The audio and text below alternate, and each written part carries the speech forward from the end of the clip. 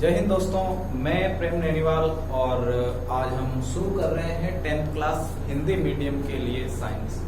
और दोस्तों साइंस में मैं आपको सबसे पहले फिजिक्स पढ़ाने वाला हूं। तो जो 10वीं के अंदर 10वीं का जो सिलेबस है उसमें मेन रूप से अगर हम कहें तो फिजिक्स की शुरुआत भी इसे आप कह सकते हैं, और वो है प्रकाश से। यानी कि एक चैप्टर है 9वां जिसका नाम है प्रकाश, लाइट जिसे हम कह सकते हैं।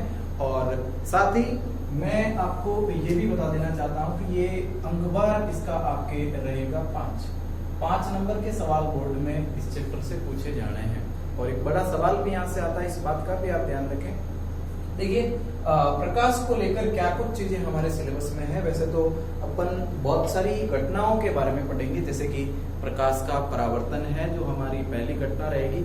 उसके बाद प्रकाश के परावर्तन के बाद जैसे कि प्रकाश का अपवर्तन है, जैसे पूर्ण आंतरिक परावर्तन की घटना है, वर्ण विक्षेपण की घटना है, गोलीय दर्पण है, गोलीय लेंस है, वो तमाम सारी चीजें इस चैप्टर में हम पढ़ेंगे। दोस्तों ये चैप्टर इम्पोर्टेंट होने के साथ साथ बहुत ही ज्यादा इंटरेस्टिंग भी है, तो इसलिए अपन एंजॉय करेंगे, ऐसा मान लीजिए इस चैप्टर को।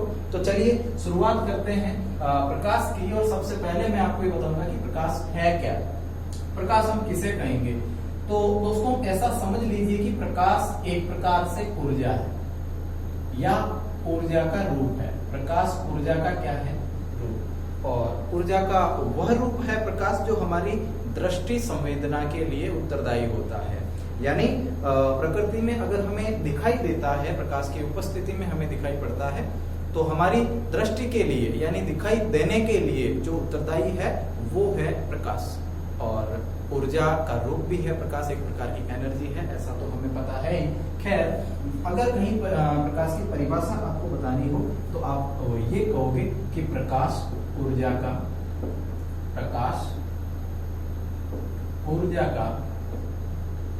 वह रूप है। प्रकाश ऊर्जा का वह रूप है जो हमारी दृष्टि संवेदना के लिए, जो हमारी दृष्टि संवेदना के लिए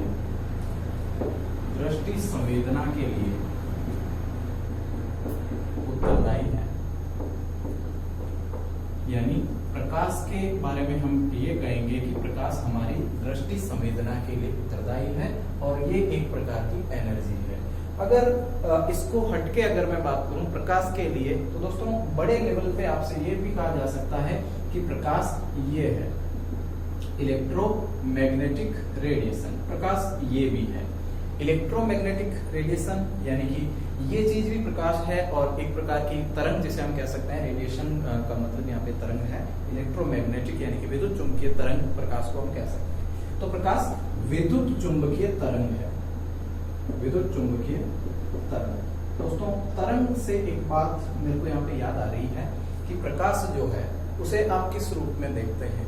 प्रकाश को अक्सर हम तरंगों के रूप में देखते हैं और ये कहते भी हैं कि प्रकाश तरंगों के रूप में संचरित होता है।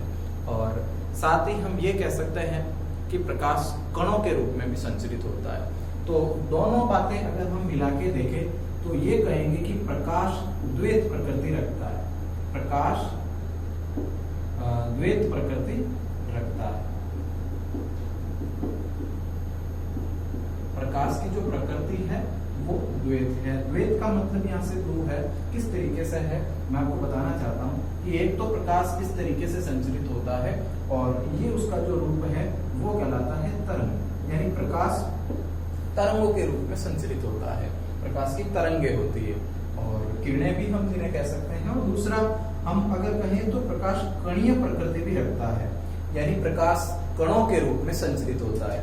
कण चलेंगे, पार्टिकल्स होंगे प्रकाश के, और ये छोटे छोटे पार्टिकल जब गति करेंगे, बहुत ज्यादा स्पीड से गति करेंगे, तो फिर से वही रूप बन जाएगा, एक तरंग बन जाएगी। तो प्रकाश कणों के रूप में भी गति करता है। और ये कण जो होते हैं, ये कण होते हैं फोटोन। दोस्तों प्रकाश फोटोनों से मिलकर बना है। तो फोटोन जब एक के पीछे एक पेड़चाल से वो गति कर रहे होते हैं तो हम कहते हैं कि प्रकाश बना है। हालांकि बहुत स्पीड से प्रकाश चलता है। अगर स्पीड की हम बात करें तो दोस्तों निर्वात जैसी स्थिति में 3 × 10 की घात 8 मीटर प्रति सेकंड की रफ्तार से प्रकाश चलता है, जो कि अपने आप में बहुत ही ज्यादा जो है प्रभावशाली स्पीड है। निर्वात में प्रकाश की चाल 3 × 10 की घात 8 मीटर प्रति सेकंड होगी। अगर आप इसे किलोमीटर में बदलेंगे तो 10 की घात 5 किलोमीटर प्रति सेकंड, यानी इतना चल सकता है प्रकाश मात्र 1 सेकंड में। उसके बाद प्रकाश के लिए कुछ बेसिक जानकारी मैं आपको देना चाहता हूं कि सबसे बड़ा जो सोर्स है, यानी कि प्रकाश का सबसे बड़ा स्रोत है, वो है सन, यानी कि सूर्य। सूर्य से सबसे ज्यादा सर्वाधिक प्रकाश हमें मिलता है।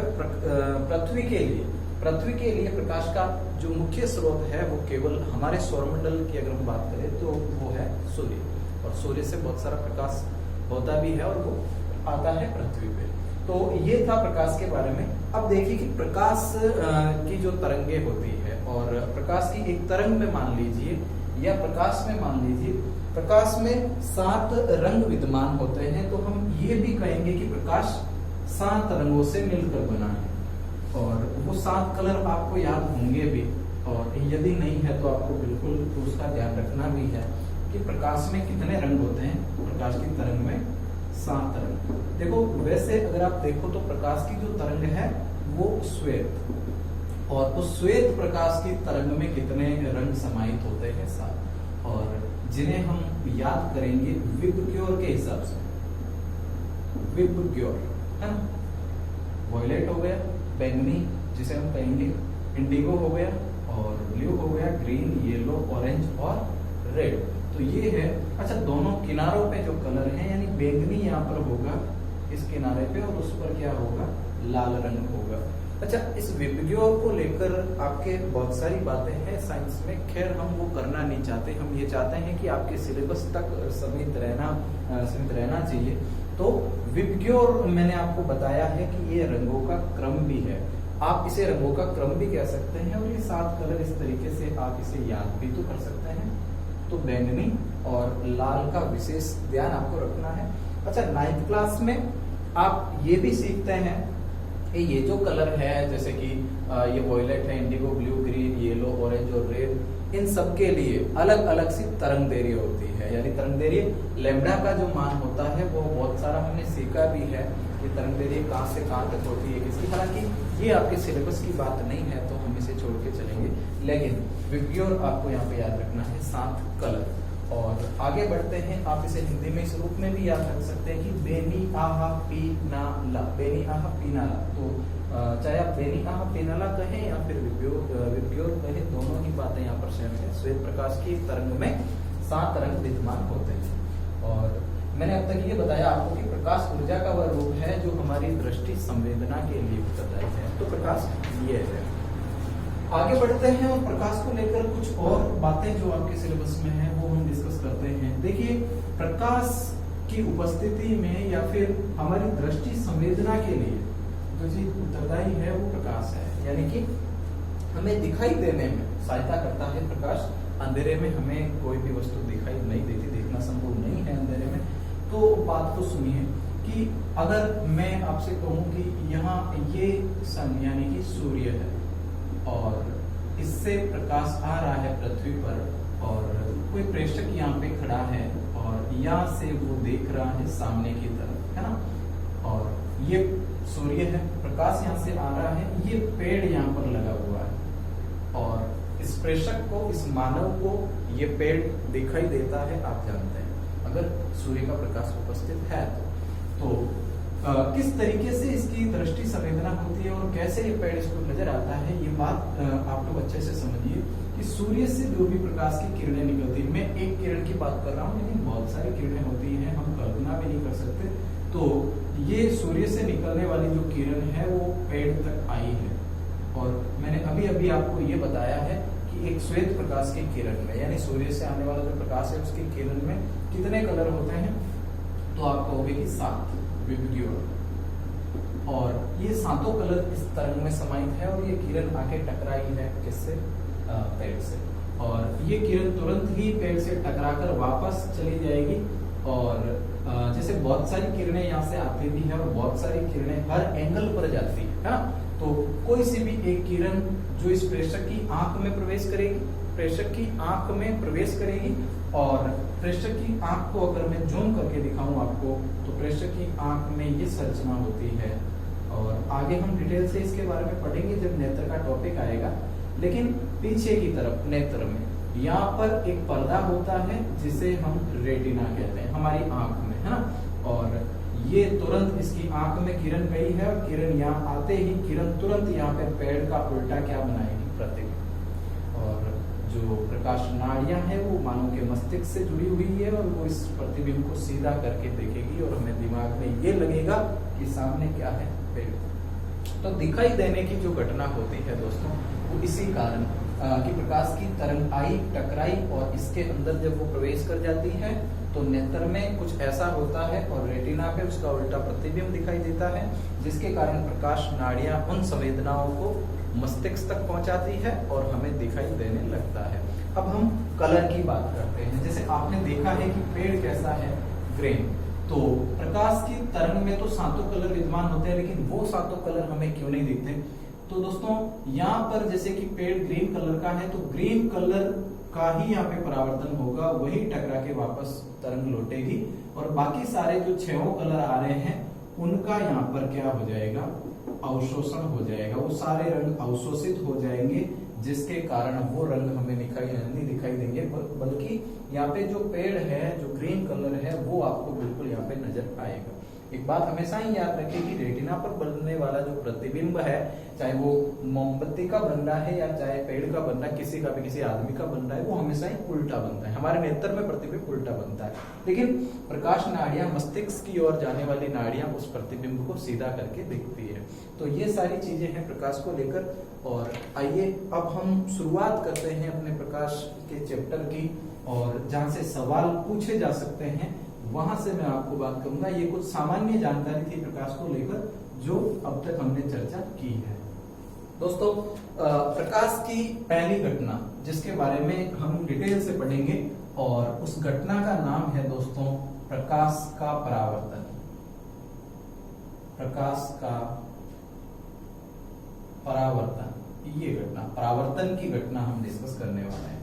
तो क्या होता है प्रकाश का परावर्तन, जिसे हम रिफ्लेक्शन कह सकते हैं। तो ये रिफ्लेक्शन आखिरकार क्या है, इस बात को समझने के लिए दोस्तों ये आप लोग जान लीजिए कि यदि कभी ऐसा हुआ कि प्रकाश की तरंग जो है वो किसी ऐसे पृष्ठ पर जा रही है जो पृष्ठ अपारदर्शी है, यानी वो पारदर्शी नहीं है, ऐसे पृष्ठ पर यदि प्रकाश की किरणें आ रही है, आपतित हो रही है, तो वो टकराकर पुनः अपनी दिशा में लौट जाएगी।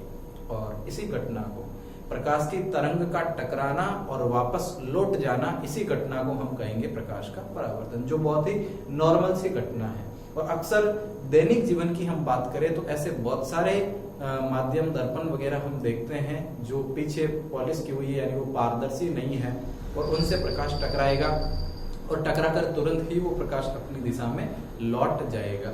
तो ये स्थिति होती है जो परावर्तन यहाँ पे कहलाती है। अच्छा, यहाँ स्टूडियो में बहुत सारी लाइट्स मेरे सामने लगी हुई है, और वो लाइटें मेरी ओर प्रकाश डाल रही है, बोर्ड की ओर प्रकाश डाल रही है, और वो प्रकाश की तरंगें टकराकर कैमरे के माध्यम से आप लोगों तक आ रही है। यही है परावर्तन। नॉर्मल वे में अगर समझे तो जो भी लाइटें मेरे ऊपर प्रकाश डाल रही है, बोर्ड के ऊपर प्रकाश डाल रही है, वो टकरा के आपके आंखों तक कैमरे के माध्यम से आ रही है, और इसी कारण से क्या हो रहा है, ये परावर्तन हो रहा है। इसे आप देख रहे हैं, मैं आपको दिखाई दे रहा हूं, तो उसका भी कारण क्या है, परावर्तन। तो वो चीजें हैं, रिफ्लेक्शन को लेकर हम बात करना चाह रहे हैं। दोस्तों अगर कभी ये ऐसा कोई पृष्ठ है जो पारदर्शी नहीं है, यानी कि वो अपारदर्शी पृष्ठ है, पीछे की तरफ क्या की हुई है, पॉलिश। अगर कभी प्रकाश की किरण ऐसे किसी पृष्ठ पर आई तो वो उसके साथ क्या होगा, वो टकराकर तुरंत ही अपनी दिशा में वापस लौट जाएगी। बस इसी घटना को हम क्या कहेंगे, परावर्तन कहेंगे। आना, टकराना और लौट जाना, वो कहलाएगा परावर्तन। यहाँ पे बहुत सारी स्थितियां हैं। स्थितियों का मतलब है कि ये जो किरण अभी तक आई है, जो पृष्ठ पर आई है, ऐसे किरण को हम आपतित किरण कहेंगे। आने वाली किरण को, आने से आपतित, तो आपतित किरण ये कहलाएगी। अच्छा, टकरा के जब किरण लौट जाती है तो वो किरण आपकी परावर्तन हुआ है ना, तो इसलिए वो किरण कहलाएगी परावर्तित किरण। कौन सी वाली किरण? परावर्तित किरण। तो ये कुछ पॉइंट्स आपको याद रखने हैं, आपतित किरण और परावर्तित किरण। साथ ही ये किरण जो आई है वो कितने डिग्री एंगल से आई है और ये किरण कितने डिग्री एंगल से आई है, वो मापने के लिए मैंने यहाँ पे एक अभिलंब खींचना है। देखो ये इस तरीके से, और ये जो स्थिति है ये परपेंडिकुलर है दोनों ही पृष्ठों के। यानी अगर मैं यहाँ से यहाँ तक की बात करूं तो ये लंबवत है, 90 डिग्री का एंगल यहाँ पे बनाएगी और यहाँ पर भी 90 डिग्री का एंगल बनाएगी, यानी कि वो लंब होगा। और ये लंब होगा, इसीलिए दोस्तों इसका नाम अपन दिलाएंगे क्या? साइंस की भाषा में लंब को अभिलंब कहते हैं, तो ये आपका अभिलंब होगा। तो अब तक हमने देखा है आपतित किरण, जाने वाली को परावर्तित किरण और अभिलंब। एक कॉन्सेप्ट और समझिए कि आने वाली किरण का मतलब आपतित किरण, और वो अभिलंब के साथ, आपतित किरण किसके साथ? अभिलंब के साथ जो कोण बनाएगी उस कोण को हम आपतन कोण कहेंगे। और आपतन कोण को रिप्रेजेंट करने के लिए मैं यहाँ पे कोण आई ऐसा दर्शाऊंगा, ये कोण का चिन्ह और ये आई। और याद रखिए कि कोण आई जो है वो यहाँ पे कहलाएगा आपतन कोण। आपतन कोण देखिए बहुत नॉर्मल सी स्थिति है। क्यों है? आपतित किरण अभिलंब के साथ जो कोण बनाएगी उस कोण को क्या कहेंगे? आपतन कोण। और इसी का उल्टा कि अब लौट जाने वाली किरण यानी कि परावर्तित किरण, वो किरण अभिलंब के साथ जितना कोण बनाएगी उस कोण को अपन कोण आई के नाम से कोण आर के नाम से जानेंगे। और ये कोण आर जो होगा दोस्तों वो परावर्तन कोण होगा। कौन सा कोण? परावर्तन कोण। तो ये जो 4-5 स्थिति है वो आपको याद रखनी है। दोनों कोण, आपतित किरण, आपतन कोण, परावर्तित किरण और परावर्तन कोण, ये होगा। और ये जो पृष्ठ है, इस पृष्ठ के द्वारा क्या हो रहा है? प्रकाश का परावर्तन हो रहा है, इसलिए इस पृष्ठ को परावर्तक पृष्ठ कहेंगे। परावर्तक पृष्ठ। और ये पृष्ठ हमेशा ही पारदर्शी होना चाहिए, ऐसा मैंने आपसे बोला है। यहाँ दोस्तों जो बिंदु है उस बिंदु को मूल बिंदु हम कहेंगे और वो O के रूप में होगा। मूल बिंदु O। पृष्ठ मैंने आपको बताया, जो लाइन लंबवत है वो अभिलंब कहलाएगी, कोण आई है और कोण क्या है? R। तो ये चीजें याद रखनी है। अच्छा, परावर्तन की परिभाषा मैंने आपको बताई है। परावर्तन की परिभाषा क्या होगी आपको नोट कर लेना है, मैं जो आपको बता रहा हूँ। कैसे? प्रकाश के परावर्तन की परिभाषा, जब कोई प्रकाश की किरण किसी अपारदर्शी माध्यम पर आपतित होती है तो वो पृष्ठ से टकराकर पुनः लौट जाती है। प्रकाश की इसी घटना को हम प्रकाश का परावर्तन कहते हैं। तो ऐसा आप परावर्तन के लिए लिखेंगे, टकराना और लौट जाना। लेकिन साथ ही दोस्तों परावर्तन 2 प्रकार का होता है। हाँ, 2 प्रकार का परावर्तन, जिसमें से जो पहला है वो आपके कहलाता है नियमित परावर्तन। नियमित परावर्तन, ये वाला परावर्तन है। हम जानेंगे डिटेल से कि ये है क्या। रेगुलर रिफ्लेक्शन जो है उसकी हम बात करना चाह रहे हैं। और दूसरा जिसे हम कहेंगे विसरित परावर्तन। दूसरा परावर्तन है जिसे हम कहेंगे विसरित परावर्तन, ये स्थिति है। अच्छा, दोनों में बहुत छोटा सा फर्क है, ज्यादा कुछ नहीं है, ज्यादा कॉन्सेप्ट याद रखने की जरूरत है भी नहीं। तो अपन नियमित परावर्तन और विसरित परावर्तन को लेकर बात करेंगे। नियमित परावर्तन क्या है? तो दोस्तों सबसे पहले तो ये जान लीजिए कि एक ऐसा परावर्तन जो इस तरीके से हो जाए, किरण आई और किरण चली गई, है ना, जैसे आई वैसे चली गई, तो वो नियमित परावर्तन हो जाएगा। लेकिन अगर जिस पृष्ठ से वो परावर्तित हो रही है वो पृष्ठ अगर खुरदरा हुआ तो ये किरण ऐसे न जाकर के ऐसे बहुत सारे रूपों में बिखर जाएगी। और अगर वो किरण बिखर जाएगी तो इतना सारा यहाँ पर एक खिड़की नुमा प्रकाश यहाँ पे बनेगा, और ऐसे परावर्तन को हम विसरित परावर्तन कहेंगे। तो जब कोई प्रकाश की किरण किसी खुरदरे पृष्ठ पर आपतित होती है, जब कोई प्रकाश की किरण किसी खुरदरे पृष्ठ पर वो आपतित होती है तो परावर्तन के पश्चात वो बिखर जाती है, ठीक है ना। और ऐसे परावर्तन को अपन विसरित परावर्तन कहते हैं। और यदि कोई प्रकाश की किरण जैसे आई है वैसे चली गई, जितने एंगल से वो आई उतने एंगल से चली गई, तो ऐसे परावर्तन को हम नियमित परावर्तन कहेंगे। यदि वो बिखरती नहीं है, वो अपनी अवस्था में लौट जाती है, तो ऐसे परावर्तन को अपन नियमित परावर्तन कहेंगे। तो दोनों ही परावर्तन बहुत आसान है, आप उसे याद रख सकते हैं। नॉर्मली जो आप पढ़ते हैं वो एक प्रकार का नियमित परावर्तन है, लेकिन प्रश्न अगर खुरदरा हो तो वो विसरित परावर्तन। विसरित का मतलब भी हिंदी में फैलना होता है, आप लोगों ने सुन रखा होगा। विसरित हो जाना मतलब क्या कर जाना, फैल जाना, यानी कि इसका मतलब होता है फैलना।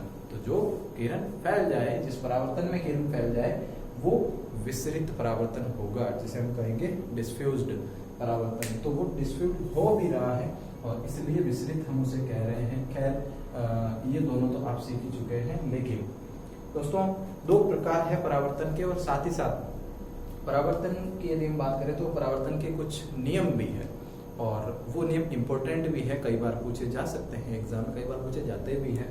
तो आप लोग नियम भी याद रखेंगे। परावर्तन के जो नियम है उसकी हम बात करेंगे, और मैं आपसे ये कहूंगा कि परावर्तन के कुछ नियम है, कुछ का मतलब दो नियम हम यहाँ पे डिस्कस करने वाले हैं।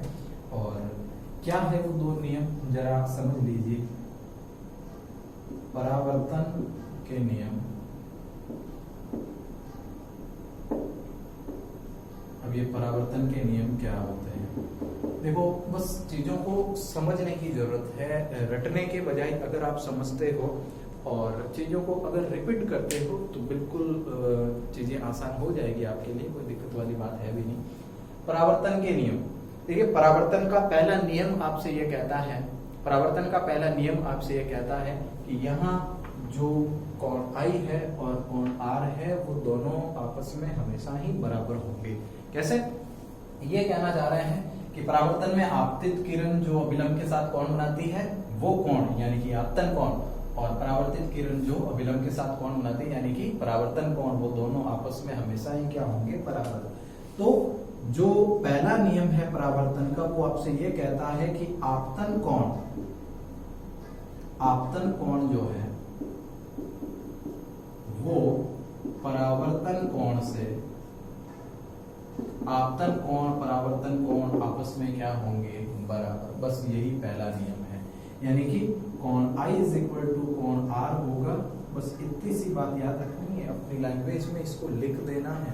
देखो अपनी भाषा बहुत आसानी से याद होती है, तो आप लोग रटने के बजाय चीजों को समझिए और उन्हें अपनी भाषा में कोशिश कीजिए कि आप कर सके, तो बिल्कुल कर सकते हैं। तो परावर्तन का पहला नियम मैंने आपसे डिस्कस किया है कि आपतन कोण और परावर्तन कोण ये दोनों आपस में बराबर होते हैं, यानी कोण I इज इक्वल टू कोण R जैसी स्थिति बनती है।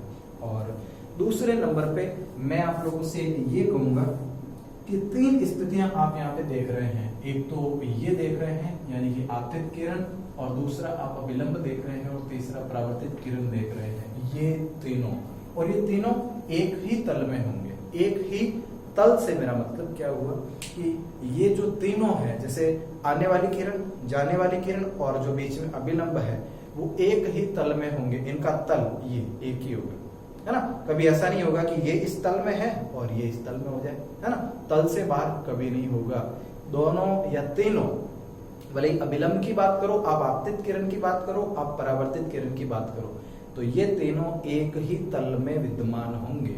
जैसे फिलहाल ये बोट के तल में है, बोट एक ही है और ऐसे तल है बोट का, तो एक ही तल में होंगे। कोई भी किरण ऐसे निकल के तल से बाहर नहीं जाएगी। तो ये आपका दूसरा नियम है। क्या है कि आपतित किरण, कौन सी किरण, आपतित किरण, कोमा परावर्तित किरण,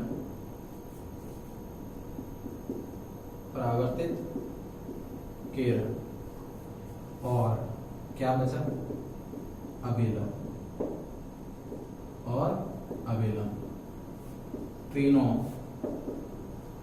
एक ही तल में, एक ही तल में विद्यमान होते हैं, एक ही तल में विद्यमान होते हैं। तो ये जो आपका रहेगा वो रहेगा दूसरा नियम, यानी कि आपतित किरण, परावर्तित किरण और अभिलंब, वो तीनों एक ही तल में विद्यमान होंगे। तो इस तरीके से हमने दो नियम डिस्कस किए हैं कि परावर्तन के दो नियम हैं, परावर्तन के प्रकार भी दो है, नियमित परावर्तन और विसरित परावर्तन, और परावर्तन की परिभाषा भी हमने देखी है।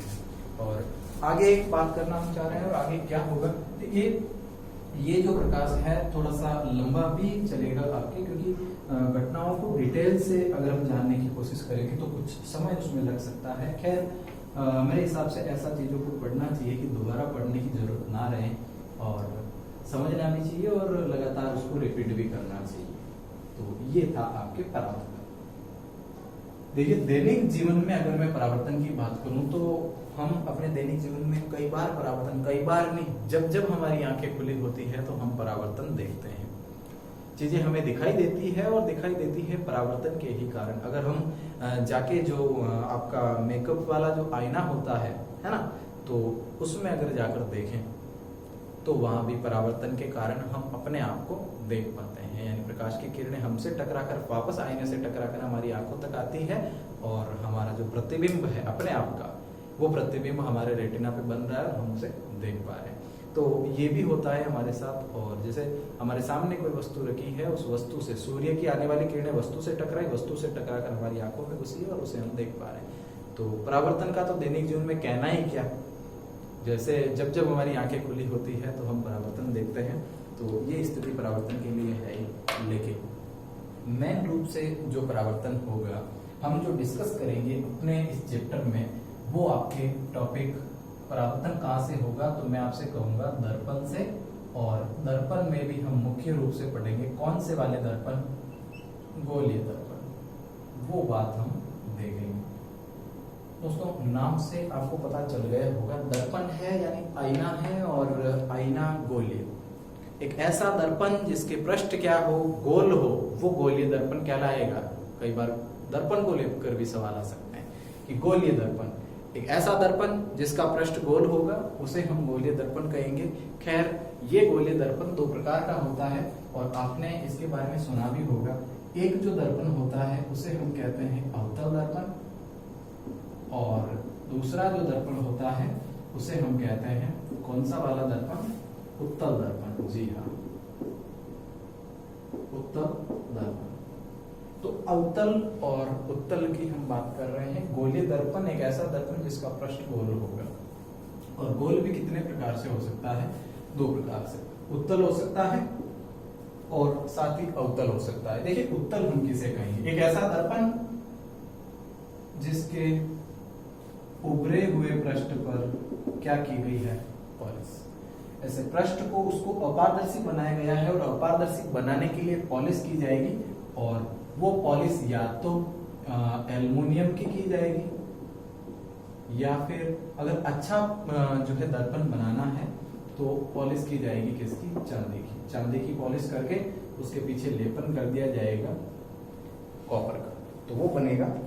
देखिए चांदी जो है वो सबसे अच्छा परावर्तक है। चांदी की अगर पॉलिश हो रही है तो आईना बहुत ही बढ़िया बनने वाला है ना। तो इस तरीके से चलिए, पॉलिश करते ही अपारदर्शी हुआ, अपारदर्शी का मतलब वो दर्पण बन चुका है। और एक ऐसा दर्पण जिसके उभरे हुए पृष्ठ पर क्या की गई हो, पॉलिश, ऐसे दर्पण को हम क्या कहेंगे, अवतल दर्पण। अवतल दर्पण है ना।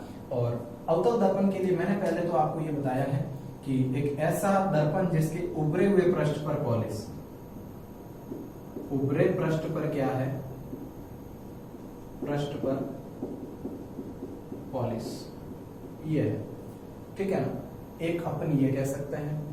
और परावर्तन इसमें कहां से होना है, भाई यहां से किरण आएगी, परावर्तन होगा नहीं, लेकिन यहां से कोई किरण आ रही है तो यहीं से परावर्तन इसका होगा, है ना। तो ये अंदर वाला जो पृष्ठ है, इस पृष्ठ को हम कहेंगे, अपन ने अभी डिस्कस किया है, कौन सा वाला, परावर्तक पृष्ठ। जो पृष्ठ परावर्तन करता है वो पृष्ठ परावर्तक पृष्ठ कहलाता है। तो अगर पॉलिश पीछे की है तो आगे क्या बनेगा, परावर्तक पृष्ठ, वो किरणों को परावर्तक करेगा, है ना। तो ये आगे वाला पृष्ठ क्या कहलाएगा, परावर्तक पृष्ठ। तो आप इसकी परिभाषा इस रूप में भी दे सकते हैं कि एक ऐसा दर्पण जिसके उभरे हुए पृष्ठ पर क्या की गई हो, पॉलिश, और अंदर धसा हुआ पृष्ठ क्या हो, परावर्तक हो, तो ऐसे दर्पण को अपन अवतल दर्पण कहेंगे, ठीक है। तो ये होगा, उभरे हुए पृष्ठ में पॉलिश और अंदर धसा हुआ परावर्तक होगा। लेकिन जस्ट इसका उल्टा, अगर हम दर्पण को ऐसे बनाएं और अंदर धसे हुए भाग पे क्या कर दे, पॉलिश, तो अपन कहेंगे कि अगर अंदर धसे हुए भाग पे पॉलिश हो, अंदर धसे भाग पर पॉलिश, तो ये वाला जो दर्पण होगा दोस्तों, ऐसा जो दर्पण बनेगा जिसके अंदर धसे हुए भाग पे पॉलिश हो और उभरा हुआ भाग जो बाहर की तरफ वक्रित है वो भाग क्या हो, परावर्तक हो या परावर्तक पृष्ठ हो। तो ऐसे दर्पण को अपन उत्तल दर्पण कहेंगे, अवतल और उत्तल। साथ ही एक बात मैं आप लोगों को और बताना चाहता हूं कि ये जो दर्पण है जो आप देख रहे हैं, अवतल और उत्तल, ये दोनों दर्पण देखो, इसमें किरणें जो भी आती है वो टकराती है और यहाँ किरण टकराई और यहाँ किरण टकराई और यहाँ, तो इस तरीके से इसके ऊपर जैसे कि ये वक्रित है, इसके ऊपर जो भी किरणें आती है उन सब किरणों को ये एक बिंदु पे केंद्रित करता है। तो किरणों को क्या करता है, एक बिंदु पे केंद्रित करता है। ये इसके लिए बात क्या है, बहुत बढ़िया सी है, लेकिन ये ऐसा कुछ नहीं करता, बल्कि ये बाहर की ओर वक्रित है इसलिए किरणों को फैला देता है। किरणों को क्या कर देता है, फैला देता है। ये ऐसे है ना, तो अपन कहेंगे कि ये किरणों को एक बिंदु पे केंद्रित करता है ना, एक बिंदु पे उन्हें केंद्रित कर देगा, लेकिन ये किरणों को क्या कर देगा, फैला देगा। तो ये स्थितियां बनती है इन दोनों दर्पण के लिए। ये दो मुख्य बातें आप याद रख सकते हैं और इससे जुड़ी कई सारी बातें हैं जो हम फिलहाल डिस्कस करना चाह रहे हैं कि अवतल दर्पण और उत्तल दर्पण तो है ही, लेकिन एक दर्पण के लिए कुछ छोटी छोटी परिभाषाएं हैं, जैसे कि मुख्य अक्ष आप किसे कहेंगे, आप फोकस बिंदु किसे कहेंगे, और आप जैसे कि वक्रता केंद्र है, वक्रता त्रिज्या है, वो सारी चीजें क्या होगी। तो दोस्तों ये मैंने कोई दर्पण बनाया और ये दर्पण आप देख के समझ गए होंगे, मैंने बाहर की तरफ पॉलिश की है, तो कौन सा बना है रे, अवतल। ये अवतल दर्पण बना। इस अवतल दर्पण के लिए यहां से यहां तक जो है वो इसका पृष्ठ है। कैसा है ये पृष्ठ, गोलीय है, वक्रित है मतलब गोलीय है। साथ में इस पृष्ठ के लिए यहाँ पर मध्य बिंदु, इस पृष्ठ का जो पृष्ठ पर है ना, वो मध्य बिंदु इसका क्या कहलाएगा, केंद्र कहलाएगा। और केंद्र के लिए हम अभी इसको कहेंगे कि ये क्या है, ध्रुव। अक्सर हम इसे केंद्र कहते हैं, आप कह सकते हैं ध्रुव कह सकते हैं, मूल बिंदु कह सकते हैं, लेकिन ये ध्रुव होगा। अच्छा, ध्रुव से होकर जाने वाली जो लंबवत किरण है, इस तरीके से किरण नहीं है ये एक रेखा है, हम इसे मानेंगे। देखो कई बार ऐसा होता है कि आप लोग बहुत सारी तरंगे आसपास में, यहाँ तरंग आई, यहाँ आई, लेकिन ये कोई तरंग नहीं है, ये काल्पनिक रेखा है जो मानी गई है। केवल क्या किया गया है, मैंने इसको माना है, और क्यों माना है वो रीजन आपको पता चलेगा। लेकिन यहाँ पर ये बिंदु ध्रुव कहलाएगा। ध्रुव से होकर लंबवत चलने वाली जो रेखा है, जो मानी गई रेखा है, काल्पनिक रेखा, वो रेखा आपके मुख्य अक्ष कहलाएगी। क्या कहलाएगी, यहाँ से यहाँ तक, और यहाँ तक जाते जाते ये अनंत तक जाती है, और ये इधर से भी अनंत तक हम इसे मान सकते हैं, ये अनंत से अनंत तक जाने वाली है ना। और ये रेखा आपके मुख्य अक्ष कहलाएगी, मुख्य अक्ष। तो मैं आपसे ये कहूंगा कि परिभाषा रटो नहीं, बल्कि आप क्या करो कि इन्हें समझो। मुख्य अक्ष जैसा देखा वैसा लिखा, जैसा आपने देखा और समझा वैसा आपने क्या किया, अपनी कॉपी में लिखा। मतलब क्या है कि अनंत से अनंत तक जाने वाली ये रेखा है ना। और मैं इस रेखा के लिए आपको ये बताऊंगा, आप लिखेंगे क्या, परिभाषा में क्या लिखेंगे कि दर्पण के पृष्ठ पर वो बिंदु जो मुख्य अक्ष पर भी है और पृष्ठ पर भी है, वो बिंदु ध्रुव है ना। और ध्रुव से होकर जाने वाली लंबवत जो रेखा है, जो काल्पनिक रेखा है, उस रेखा को हम क्या कहेंगे, मुख्य अक्ष। तो बहुत सिंपल सी बातें हैं। खैर छोड़िए इन बातों को। और ये जो है ध्रुव मैंने आपको बताया। अच्छा, जब भी प्रकाश की किरण इस तरीके से आती है, जब कोई प्रकाश की किरण ऐसे आती है और मुख्य अक्ष के समांतर आती है, कैसे आती है, मुख्य अक्ष के समांतर। आप मुख्य अक्ष को देख रहे हैं और इसके समांतर कोई प्रकाश की किरण आती है, और अपन को पता है कि पीछे क्या की हुई है, पॉलिश। तो पॉलिश होने के कारण ये टकरा के वापस लौटेगी, तो समांतर जो किरण है वो टकरा के वापस लौटेगी, और सारी किरणें टकरा के वापस ही लौटनी है, लेकिन जो किरण मुख्य अक्ष के समांतर आएगी वो किरण हमेशा ही जिस बिंदु से गुजरेगी उस बिंदु को, जो मुख्य अक्ष पर विद्यमान है उस बिंदु को हम कहेंगे फोकस बिंदु, जिसे हम एफ से रिप्रेजेंट करेंगे। और इन्हें मैं कहूंगा कौन सा बिंदु? फोकस बिंदु। कौन सा बिंदु? फोकस बिंदु। आप लोग समझ गए।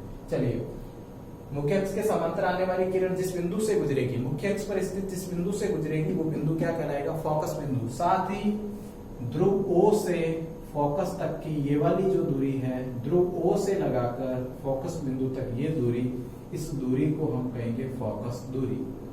फोकस बिंदु और फोकस दूरी, समझ गए। और ये फोकस दूरी होगी जिसे रिप्रेजेंट करने के लिए हम स्मॉल f का क्या करेंगे? प्रयोग करेंगे यहाँ पे। ठीक है, चलिए, तो ये इस बिंदु से गुजर गई। अच्छा, आप लोग ये अगर कहोगे कि नीचे अगर कोई किरण आती तो वो टकरा के कहाँ? ऊपर लौटती, क्योंकि भैया ये दर्पण का जो पृष्ठ है ये इस तरीके से वक्रित है।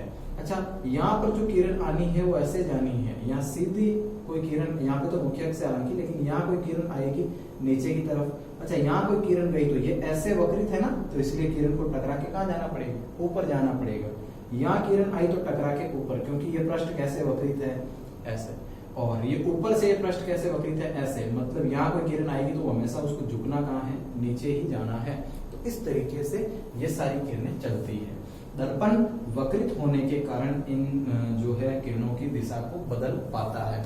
समझिए, मैंने आपको फोकस बिंदु बताया है जिसे हम एफ से रिप्रेजेंट करेंगे, और दूसरा मैंने आपको फोकस दूरी बताया है। और अब देखिए, इधर जो सारी चीजें दर्पण के लिए, इस यानी कि अवतल दर्पण के लिए तो हम इधर ही देखेंगे, लेंस तब होगा तब एक फोकस बिंदु उधर भी हम देखेंगे, और दूसरा वक्रता केंद्र वगैरह वो सारे इधर देखेंगे। समझो, ये जो दर्पण है इसका पृष्ठ अगर मैं आगे बढ़ाऊं तो आपको पता है यहाँ से वक्रित है, मतलब आगे बढ़ाने पर ये एक गोल वृत्त का रूप ले लेगा। किसका रूप ले लेगा? गोल वृत्त। जैसे ही इस गोल वक्रित होते हुए पृष्ठ को मैं यदि आगे बढ़ाता हूं तो ये एक गोल रूप ले लेगा, और उस गोल रूप को मैं वृत्त अगर कहता हूं तो उस वृत्त का एक केंद्र भी होगा जो मुख्य अक्ष पर होगा। भाई वक्र के ये वक्रित जो पृष्ठ है इसके बीच में एक केंद्र है ना, और यहां से अगर मैं चलूं इस पृष्ठ को गोल कर दूं तो ये वृत्त बन जाएगा, और उस वृत्त का जो केंद्र होगा जहां पे होगा उस केंद्र को मैं कहूंगा वक्रता केंद्र। कौन सा केंद्र? वक्रता केंद्र। और वक्रता केंद्र को रिप्रेजेंट करते हैं सी से। किससे रिप्रेजेंट करोगे? सी से। अच्छा, ये वक्रता केंद्र है, तो वक्रता केंद्र से लगा करके मूल बिंदु यानी कि ध्रुव तक की जो दूरी है उस दूरी को अपन कहेंगे वक्रता त्रिज्या। वक्रता त्रिज्या, जिसे हम बड़े आर से लिखेंगे। वक्रता त्रिज्या को हम लिखेंगे बड़े आर से। तो क्या ये चीजें आप लोगों के समझ में आई है? देखो, यहां पर फोकस बिंदु से ध्रुव O तक की दूरी फोकस दूरी, वक्रता केंद्र से ध्रुव O तक की दूरी वक्रता त्रिज्या कहलाएगी। हाँ, वैसे भी ये वृत्त है, ये केंद्र है, और केंद्र से वृत्त के परिधि तक की जो दूरी है वो दूरी हमेशा ही हम क्या कहते हैं? उसको त्रिज्या। तो यहाँ पे वक्रता के साथ मैंने दूरी नहीं लगाया है बल्कि वक्रता त्रिज्या लिखा है, तो ये इस रूप में होगा। तो ये वक्रता त्रिज्या हुई है। अब देखिए, अब तक हमने ये पढ़ा है मुख्य अक्ष, ध्रुव है, फोकस बिंदु है, फोकस दूरी है, वक्रता केंद्र है और वक्रता त्रिज्या है। उसके बाद यहाँ पे अनंत है और उधर भी क्या है? अनंत। तो किसी दर्पण के लिए ये सारी स्थितियां हैं, इसके लिए आपको ये याद भी रखना है। परिभाषाओं की जहां तक बात है वो सारी वीडियो के डिस्क्रिप्शन में जो लिंक मिलेगा उसके माध्यम से आपको सारे नोट्स अवेलेबल हो जाएंगे, कोई दिक्कत वाली बात नहीं है। लेकिन आप लोग चीजों को समझिए और उन्हें याद भी कीजिए। तो आज के इस वीडियो सेशन के लिए इतना ही हम करेंगे, और अब मैं आपसे विदा लेना चाहूंगा। तो दोस्तों, पढ़ते रहिए और चीजों को रिपीट करते रहिए। धन्यवाद।